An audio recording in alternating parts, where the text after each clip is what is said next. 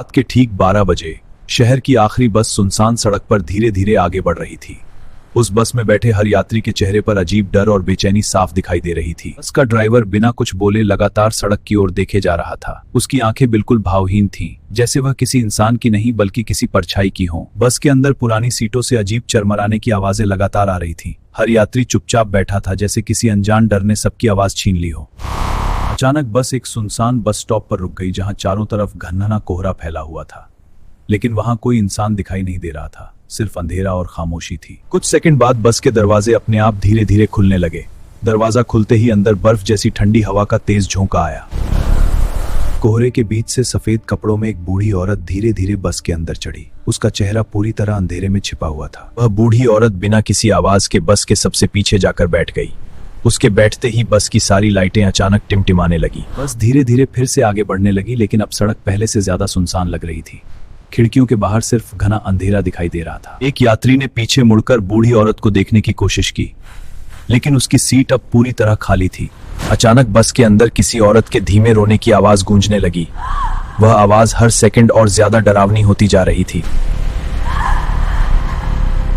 बस का ड्राइवर अचानक जोर जोर से हंसने लगा, जबकि उसकी आंखें अब पूरी तरह सफेद हो चुकी थीं। यात्रियों का डर अब चीखों में बदलने लगा था। बस की खिड़कियों पर अचानक खून जैसे लाल हाथों के निशान दिखाई देने लगे। हर निशान धीरे धीरे खुद ब खुद खिड़कियों पर बन रहा था। एक छोटी लड़की अचानक बस के बीचों बीच खड़ी दिखाई दी।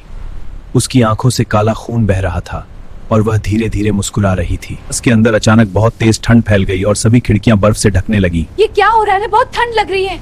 यह ठंड असामान्य है, कुछ गड़बड़ है। बाहर निकलना होगा, जल्दी कुछ करो। ठंड हमें मार डालेगी। एक आदमी डर के मारे बस से नीचे कूदने की कोशिश करने लगा, लेकिन दरवाजा अचानक अपने आप बंद हो गया।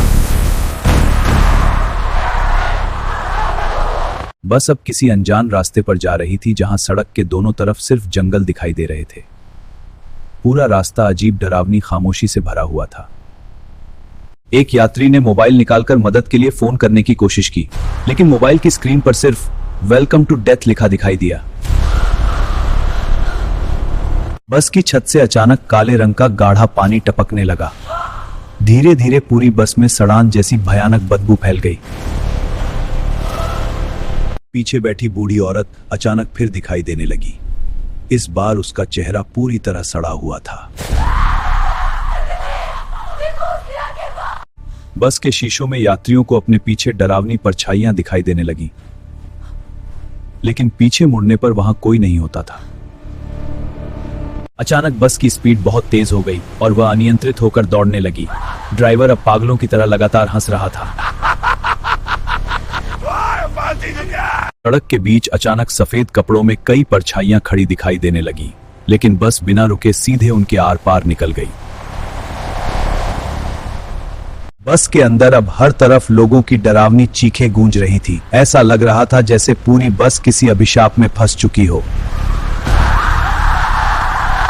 एक एक करके यात्रियों के चेहरे डरावने भूतों जैसे बदलने लगे। पूरी बस अब इंसानों से ज्यादा आत्माओं से भरी दिखाई दे रही थी। बस अचानक एक पुराने कब्रिस्तान के सामने जाकर रुक गई। चारों तरफ टूटी कब्रें और जलती हुई मोमबत्तियां दिखाई दे रही थीं। बस के दरवाजे अपने आप खुल गए और अंदर बैठी आत्माएं नीचे उतरने लगी। उनके कदमों की आवाज पूरे कब्रिस्तान में गूंज रही थी। बस के अंदर अब सिर्फ एक अकेला आदमी बचा हुआ था, जो डर से कांप रहा था। उसकी आंखों के सामने सारी आत्माएं धीरे धीरे उसकी ओर बढ़ रही थीं। अचानक उस आदमी को पता चला कि बस का ड्राइवर कई साल पहले मर चुका था। उसके सामने ड्राइवर का पुराना जला हुआ फोटो पड़ा हुआ था। बस अचानक फिर से तेज रफ्तार में आगे बढ़ने लगी और गहरे अंधेरे में गायब हो गई। उस रात के बाद उस बस को किसी ने दोबारा कभी नहीं देखा। आज भी लोग कहते हैं कि आधी रात के बाद उस सड़क पर आखिरी बस दिखाई देती है, और जो भी उस बस में बैठता है वह कभी वापस नहीं लौटता।